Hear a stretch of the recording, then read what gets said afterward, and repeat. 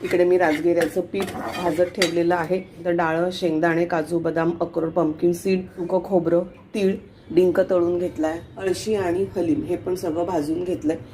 माझ्याकडे आहे खारकेची पावडर, एक मोठा चमचा मेथी पावडर, एक छोटा चमचा ओवा पण ह्याच्यात घातलेला आहे. ते सगळं मिक्सरला वाटून घेणार आणि त्याचे लाडू करणार. हे बघा इथे असे हे लाडू वळून झालेत. मी काय केलं माहिती आहे, तूप पातळ करून घेतलं आणि असं थोड्या थोड्या पिठामध्ये ते घालते. सर्व जिन्नस मिक्सरमध्ये वाटण्याचं कारण हेच की त्याचं पण तेल सुटतं आणि मग तूप आपल्याला कमी लागतं.